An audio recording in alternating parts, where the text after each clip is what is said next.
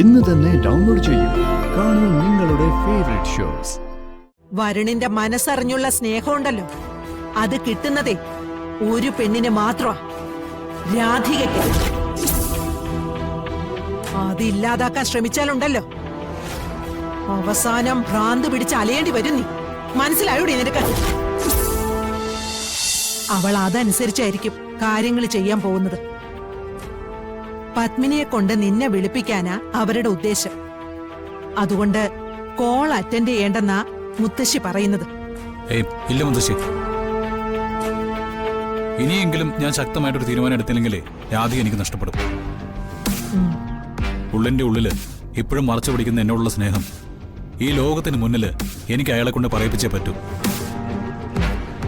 അയാളെ സ്വന്തമാക്കിയേ പറ്റൂ. മോൻ ധൈര്യമായിട്ട് മുമ്പോട്ട് പൊയ്ക്കോടാ. ഈ ലോകത്ത് ഒരു ശക്തിക്കും നിങ്ങൾ ഒന്നിക്കുന്നത് തടയാൻ പറ്റില്ല. മുത്തശ്ശി നിങ്ങളുടെ കൂടെ തന്നെയുണ്ട്. ശരി മുത്തശ്ശി. നീ ഫോൺ വെച്ചോ, ഞാൻ ആദ്യം ഇവിടുത്തെ കാര്യങ്ങളൊക്കെ ഒരുക്കട്ടെ. ശരി.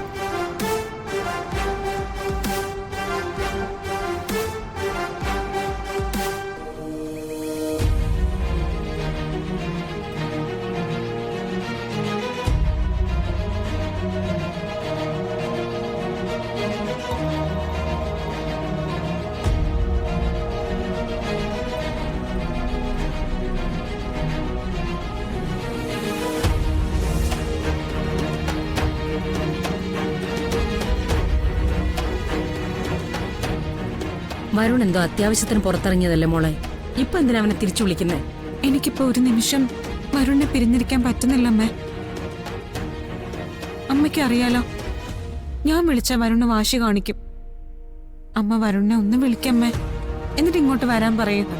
മോളെ, ഞാൻ വിളിച്ചാലും അവൻ ചിലപ്പോ... ഞാൻ കരഞ്ഞാലും വരുൺ എന്നെ കളിയാക്കത്തേ ഉള്ളൂ. പക്ഷെ അമ്മയുടെ ശബ്ദം ഒന്ന് ഇടറിയാ വരുൺ ആ നിമിഷം ഇവിടെ എത്തും. പ്ലീസ് അമ്മേ. ശരി, ഞാൻ വിളിക്കാം.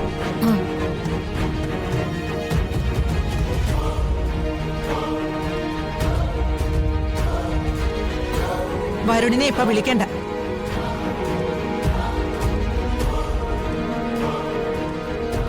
എന്തു പറ്റിയമ്മേ? ഞാനിപ്പോ അവനെ വിളിച്ചിരുന്നു. ഓഫീസിലെന്തോ ബിസിനസ്സുകാരുടെ കൂടെ അവൻ ഏതോ ദൂരെ ദിക്കിൽ പോയിരിക്കെ. അവനെ അങ്ങനെ ശല്യപ്പെടുത്തണ്ട. അമ്മ വിളിക്കമ്മേ. ആരുടെ കൂടെ പോയാലും അമ്മയുടെ കോൾ എടുക്കാതിരിക്കില്ലല്ലോ. എന്തിനാ ഇങ്ങനെ വാശി കാണിക്കുന്നേ? അവൻ ബിസിനസ് കാര്യങ്ങൾക്ക് പോകുമ്പോ അവനെ ബുദ്ധിമുട്ടിക്കരുതെന്ന് ഈ കുടുംബത്തിലെ എല്ലാവരുടെ തീരുമാനമാണ്. അതാരും തെറ്റിക്കരുത്. മനസ്സിലായോ പത്മിനി? ശരിയമ്മേ. അവൻ വരാത്തതുകൊണ്ട് ഇവിടെ ആരും വെള്ളം ഇറങ്ങാതിരിക്കില്ലെന്ന് എനിക്കറിയാം. പിന്നെ ഇങ്ങനെയൊക്കെ അഭിനയിച്ചാലല്ലേ പിടിച്ചു നിൽക്കാൻ പറ്റൂ.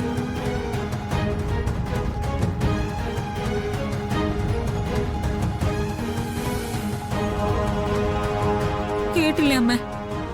മുത്തശ്ശിക്ക് എപ്പോഴും എന്നോട് പരിഹാസം. എല്ലാവർക്കും വലിഞ്ഞു കയറി വന്ന രാധിക മതി. അന്തസ്സോട് മുൻവാതിൽ കടന്നു വന്ന പ്രിയങ്ക ആർക്കും വേണ്ട.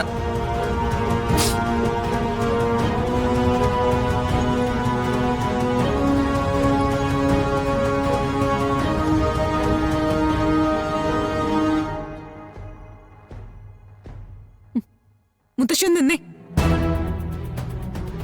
മുത്തശ്ശി പറഞ്ഞത് കള്ളമല്ലേ? വരുൺ പോയിരിക്കുന്നത് ബിസിനസ്സിനല്ലല്ലോ, രാധിക തേടിയില്ലേ? എല്ലാം മുത്തശ്ശിക്ക് അറിയാം. എന്നിട്ട് എന്തിനാ ഇങ്ങനെ കള്ളം പറയുന്നേ? കണിമംഗലത്ത് വന്നു കയറിയതിനു ശേഷം നീ പറഞ്ഞു കൂട്ടിയ നുണകളുടെ ഒരു മൊത്തക്കണക്ക് നിനക്ക് വേണോ പ്രിയങ്കേ? ഞാൻ ചോദിച്ചതിനുള്ള മറുപടി ഇതല്ല. വരുൺ രാധിക തേടി പോയതാണെന്ന് മുത്തശ്ശിക്ക് അറിയില്ലേ? അങ്ങനെ അവൻ തേടിപ്പോയെങ്കിൽ എന്താ കുഴപ്പം? അവൻ അവന്റെ പെണ്ണിനെ തേടിപ്പോയതല്ലേ, അവൻ താലി കെട്ടിയ പെണ്ണിനെ. മുത്തശ്ശിക്ക് നാണമില്ല ഇങ്ങനെയൊക്കെ പറയാൻ? നാണം വേണ്ടത് നിനക്കല്ലേ മോളെ? നീ ഇപ്പൊ എന്തിനാ ഈ ശ്രമിക്കുന്നേ? ഇവിടുത്തെ കെട്ടിലമ്മയാവാനാണോ? അതോ വരുണിന്റെ മനസ്സിൽ കയറി കൂടാനും? എടീ, നീ ഉണ്ടാക്കുന്ന കള്ളക്കഥകൾ കുറച്ചു ദിവസമൊക്കെ ഇവിടെ ആരെങ്കിലും വിശ്വസിക്കുമായിരിക്കും. അത് കഴിഞ്ഞാലേ നിന്റെ തനി നിറം എല്ലാവർക്കും മനസ്സിലാവും. എനിക്കും വരുണിനും ഒക്കെ മനസ്സിലായതുപോലെ. അതുകൊണ്ട് അർഹതയില്ലാത്തൊരു സ്ഥാനത്തിന് വേണ്ടി നീ കണിമംഗലത്ത് തുടരണ്ട. ഇറങ്ങി പോവാൻ നോക്ക് പെണ്ണെ. അയ്യടാ, മുത്തശ്ശിയുടെ പദ്ധതി കൊള്ളാം. പക്ഷേ അതിന് നിന്ന് തരാൻ എനിക്ക് മനസ്സില്ല. വരുണിനെ കൊണ്ടും രാധികയെ കൊണ്ടും മുത്തശ്ശി ഇതൊക്കെ ചെയ്യിപ്പിക്കുന്നതെന്ന് മറ്റുള്ളവരുടെ മുന്നിലേ എനിക്ക് തെളിയിക്കാൻ പറ്റും.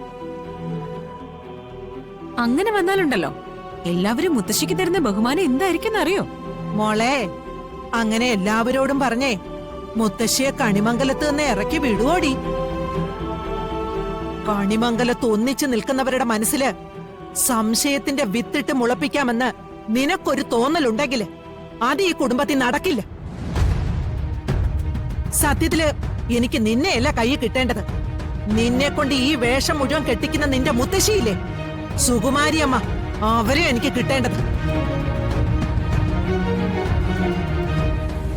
എന്റെ ഒരു കണക്കുകൂട്ടൽ അനുസരിച്ച് അത് ഒരുപാട് വൈകുമെന്നൊന്നും തോന്നുന്നില്ല. മുത്തശ്ശിയുടെയും മോളുടെയും കണക്ക് അപ്പൊ ഒന്നിച്ച് തന്നെ ഞാൻ തീർത്തോളാം. കുടുംബജീവിതം എന്ന് പറയുന്നതേ നിന്റെ ചിന്തയ്ക്കും അപ്പുറത്തുള്ള ഒരു കാര്യോ. അവിടെ ഭീഷണിപ്പെടുത്തലും പിടിച്ചു വാങ്ങലും ഒന്നും അല്ല, മനസ്സറിഞ്ഞു കിട്ടണം. വരുണിന്റെ മനസ്സറിഞ്ഞുള്ള സ്നേഹമുണ്ടല്ലോ, അത് കിട്ടുന്നതേ ഒരു പെണ്ണിന് മാത്രമാ, രാധികയ്ക്ക്. അതില്ലാതാക്കാൻ ശ്രമിച്ചാലുണ്ടല്ലോ അവസാനം ഭ്രാന്ത് പിടിച്ച് അലയേണ്ടി വരും. നീ മനസ്സിലായോടി നിനക്ക്?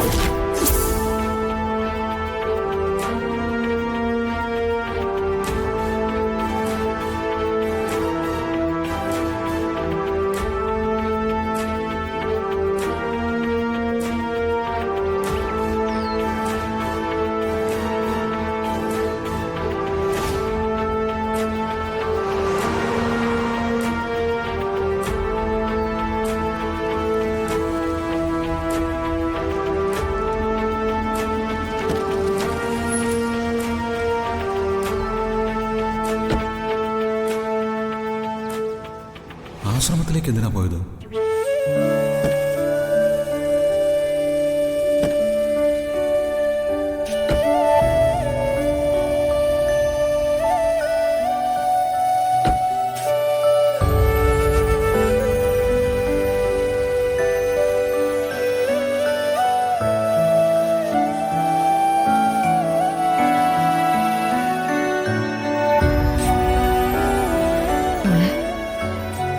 ഇഷ്ടപ്പെട്ടു ഈ സ്ഥലം?